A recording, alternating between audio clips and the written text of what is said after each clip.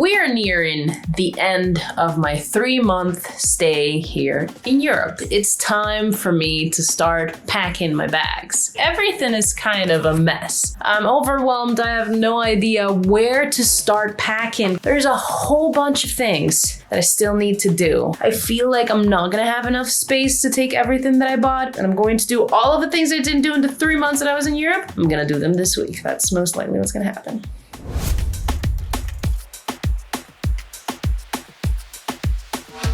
This suitcase is heavy. It's not even properly packed. I am worried. Of course, right now it has all of the books that I bought. Carry-on case. The thing about this is that I'm apparently going to need to actually do all of the suitcases today, like pack and seal them up and everything so that I can weight them to define whether I have any extra weight or not. So that's going to be very interesting. It's a good thing that I washed all of my clothes today, so everything's going to be relatively clean, I guess. Will you judge me if I traveled abroad and one of the things that I bought the most were like queer books and manga? I don't have that many stuff, I guess. Like I just have lots of new clothes, I think.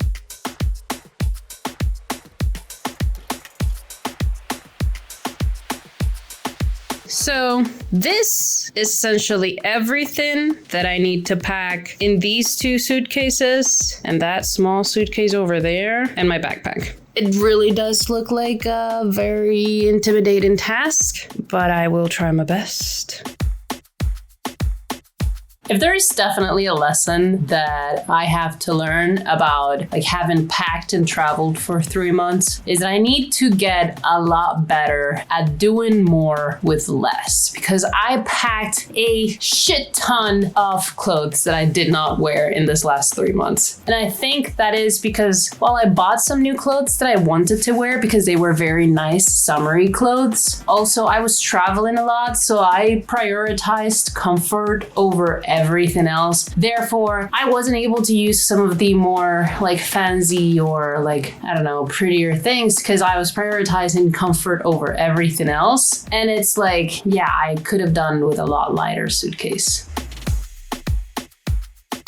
So this really has become quite the intimidating task. The issue for me right now is that I'm still going to be wearing some of these things and I cannot properly pack everything. Like I cannot really pack the things that I have on in the bathroom because I'm still going to use them. I suppose that I could just leave them for the last minute just for the sake of weighing the suitcases, but it's still going to be annoying. And like these things, for example, the sneakers they're going to be at the end of the suitcase. It's 12:30 a.m. Don't judge me if I don't make any sense. Anyways, shoes go at the bottom of the suitcase. But I'm gonna hopefully still wear these when I go to the gym during this week. So if I pack them the way that they should be packed, I'm going to have to get them out tomorrow or on Tuesday or whenever I go to the gym. And that's gonna be annoying. And then I'm gonna have to put them back in, which is also gonna be annoying. So properly packing right now essentially means I'm going to have to mess up one of the suitcases again, at least one, which I know it doesn't sound like such a big deal. It's just one out of the 2.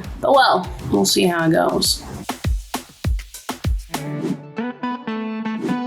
One of the best things about this entire trip, honestly, was not being in Europe for the sake of being in Europe. And you will know what I mean if you're also from Latin America. There's usually this thing in Latin America where many people look at the United States and at other countries in Europe as these quote-unquote first world magical thing. And while I can admit that these highly developed countries obviously have infrastructure that works better than the infrastructure in Latin America, I am very lucky to be in a position where I don't feel like my life is missing anything that I would need to live in the quote-unquote first world in order to accomplish. It's 3:30 a.m. on Friday the 21st. I am not asleep because I finished working at 12 and it takes me a while to go to sleep after working at 12 at night. Okay, I took a shower not so long ago and I am going back to the Southern Hemisphere this Saturday. So in less than 48 hours, I'm going to be traveling back to Chile. And I cannot tell you how happy I am to be traveling back. Traveling for 3 months while working is a lot. And the fact that I'm working US schedule is very complicated. Like, it makes it even more complicated because I have to work from 4 p.m. until 12 at midnight. My brain cannot process this much information. It's just too much, because if you do things earlier during the day, then you're exhausted by the time that you have to work. And if you just work and you don't do anything during the day, then you don't have time to do anything besides work. So that is very tough. That is very complicated. I am happy to be going back to the Argentine schedule, or like working US times, but in the Argentine schedule, which is from 10 to 6. Don't get me wrong, I am happy that I get the opportunity to do these types of things. I am happy that I get to travel and work at the same time and live these things that many people never get the chance to, or are very limited in their opportunity to do so. I know that I'm very fortunate, but it is getting very tiresome to work in this schedule. I'm definitely not performing the way that I would love to be performing, and that's difficult when you like to do a good job in general. So yes, I am very happy that I'm going back home, very happy to my schedule, very happy to go back to my workstation, my desk, my huge monitors that I have so that I can work more comfortably. So yeah, I'm excited to be going back to my house, to my apartment, to my baby dog. So tomorrow is my last night here, and I am probably going to go out with Dani and Guille, my friends from Malaga, and we're probably going to do something nice as a farewell for me before I leave the next day. I'm not sure what we're gonna do, but I'll try to record it. I'm leaving tomorrow, and Guille did his homework, and for the last day, or for the last night of my trip here in Europe, he's taken me to have a very Spaniard experience. And the street is called Cava. It's a very historical street according to what he investigated, like the documentary that he saw. And we are going to get tapas, but we're going to go to several places to get tapas the same day, and that's apparently a very Spanish thing to do. So that's what we're doing. So I can confidently say that one of the best things about my trip was the friends that I was able to make while I was there. And that is honestly all thanks to the friends that I already had there, like Rosana and Inoska. Rosana had left for her vacations to the US by the time it was time for me to go, but Guille, Dani, and Guido were amazing sweethearts and planned an entire farewell night doing an apparently very Spaniard activity, which is going to try tapas in different places all in the same night. It's funny how close to them I felt and how relaxed I felt around them by the end of the trip, considering how anxious I was about just being myself when I first met them. We hung out with another one of their friends one day before I left, and he asked how long we'd known each other, and when we said that we'd only known each other for about 2 weeks, he was surprised. But I guess that level of ease is what you accomplish when you spend 5 straight days in each other's non-stop company for a road trip. You either end up hating each other or loving each other. Luckily for us, we didn't hate each other. I spent 3 months in Europe, with most of that time being in Spain, and one of the things that I will miss the most is definitely these people, who I am very grateful to now have in my life.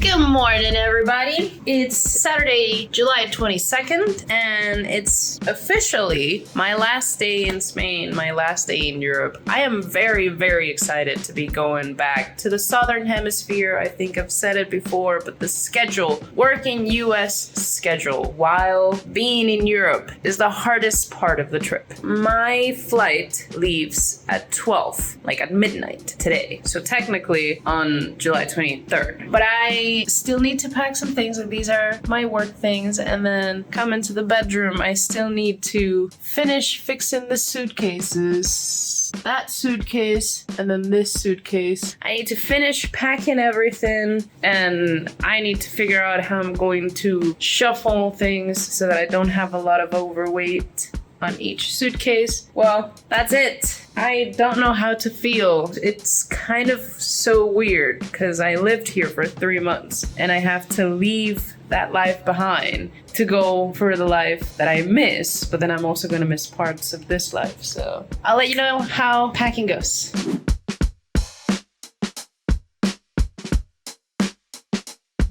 update on the suitcase situation. So I'm technically packed here already. I packed both of the big suitcases and the carry-on, but my backpack is still not ready, and it doesn't even want to close. Like, this backpack has really good capacity, and I feel like I'm forcing it to close, and I don't want to do that. And also, I'm still missing my laptop and the keyboard. So I feel like as much as I wanted to resist it, as much as I did not want to buy a third big suitcase, I'm not going to have any other choice, because the big suitcases have about 2 kilograms of excess weight on them. I still need to go to Chile, and I left some things in Chile when I came here. So it means even more weight that I don't even think I'm gonna be able to fit. So I just have to bite the bullet. Except that I was irresponsible with the things that I bought here, apparently. Like, I bought some hair products, some creams, and I bought clothes because I was here in the middle of the sales, the summer sales. So I just need to bite the bullet, except that I need to buy a third suitcase. And I kind of hate myself a little bit. Don't be like me. Really do not be like me.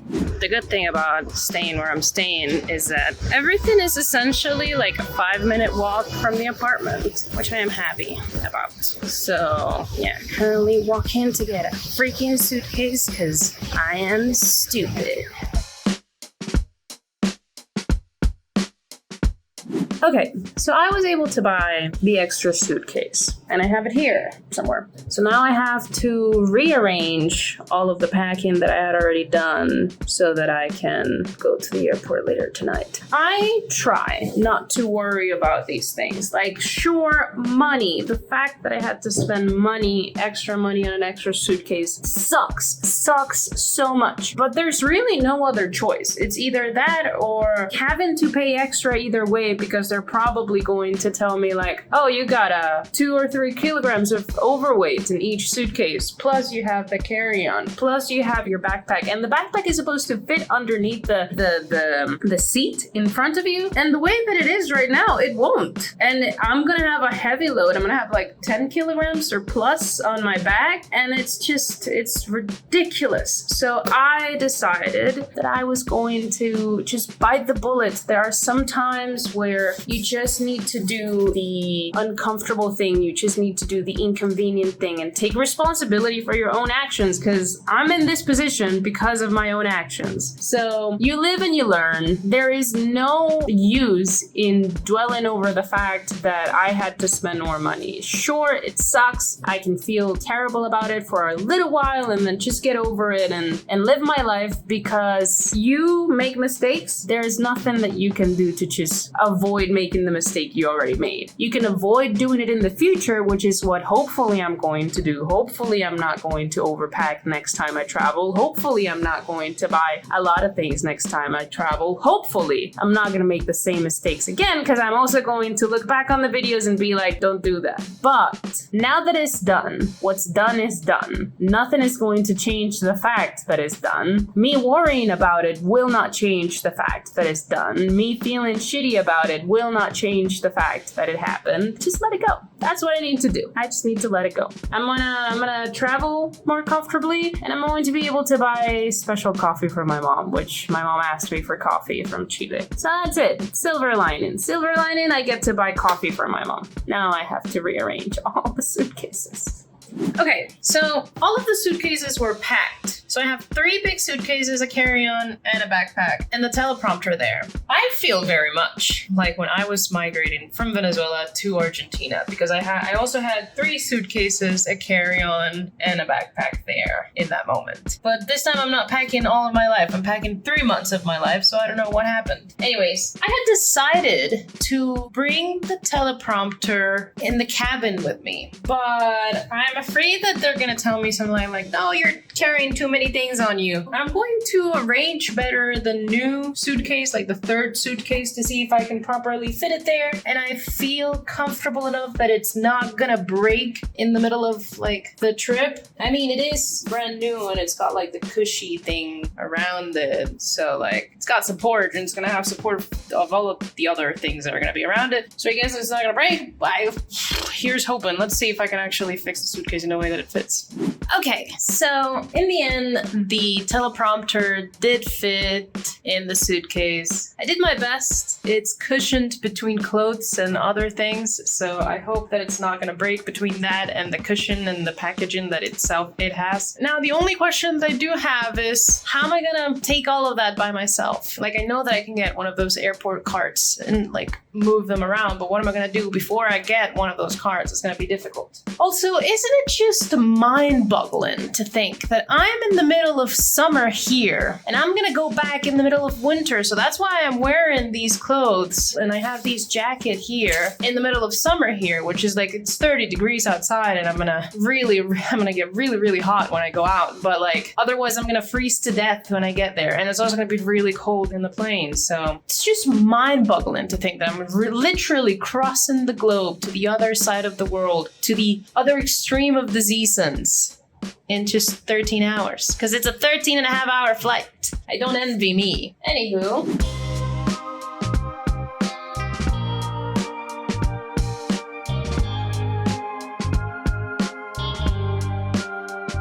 Okay, so I was able to check in and there were no problems at all. Spending money is stressful, right? Because you don't want to spend more money than you have to. But at the same time, what is more stressful? Spending money in purchasing an extra suitcase allowance, or having to fight with the person at the airport who's only doing their job because they don't want to allow like 2 to 3 kilograms of overweight for each bag. It's not their fault. They would just be doing their job. I would be making their day and my day harder by trying to save some money, and I would get stressed and they would get stressed and everybody would get stressed. And now I just finished and they were like, just have a great day, go and like check in if you want. And it's like, why wouldn't I just do that? Why wouldn't I just try to have a nice day? And that's it. They are telling me to go to gate S, and it says it takes 22 minutes to get from where I am right now to gate S, to the area of gates S, like several gates. And I feel like I've already been there, and I feel like it's gonna be that part of the airport that is like so brand new that there's nothing there. But I really have nothing to do or eat. Like, I already ate, I'm not hungry. It's Alexis. I dropped one thing and I did not notice, and somebody was kind enough to give it back to me. I have to stop recording and I have to start paying attention to where I'm going. This is so big. I'm gonna take the train. Yeah, I think I know where I'm going, and there's nothing there, so I made it to the gate section, and I'm confused because the last time I was here around these S section of the airport, there was nothing. There was barely even a vending machine. It was not like it was under construction. It looked completed, but there was nothing. It looked new. And now there's a Starbucks, there's a Burger King, there is a grill place. There are a lot of things, and I am confused, but happy, I guess. The Uber ride was nice enough. I'm just gonna get something to drink. I'm also very strongly resisting the urge to grab a coffee, like just wait and grab a coffee while I wait. Because it's 9 p.m. at night and it's a 13 and a half hour flight. I would very much like it if I could sleep through at least half of it. Like, I have a book and I downloaded some TV shows and all of that. But I don't think that drinking coffee at 9 p.m. before the flight is a good idea if I am hoping to get some sleep. So I am resisting the urge. The urge is being resisted. I hope I win. I'm just looking for a place where I can sit very close to or in front of some screens, because my the actual gate for my flight has not been announced yet. So far I am failing. I am not succeeding in finding some seats close to a screen, but I will keep on trying. Also, I have to say, I just love and I find it beautiful that it's this clear outside at 9 p.m. So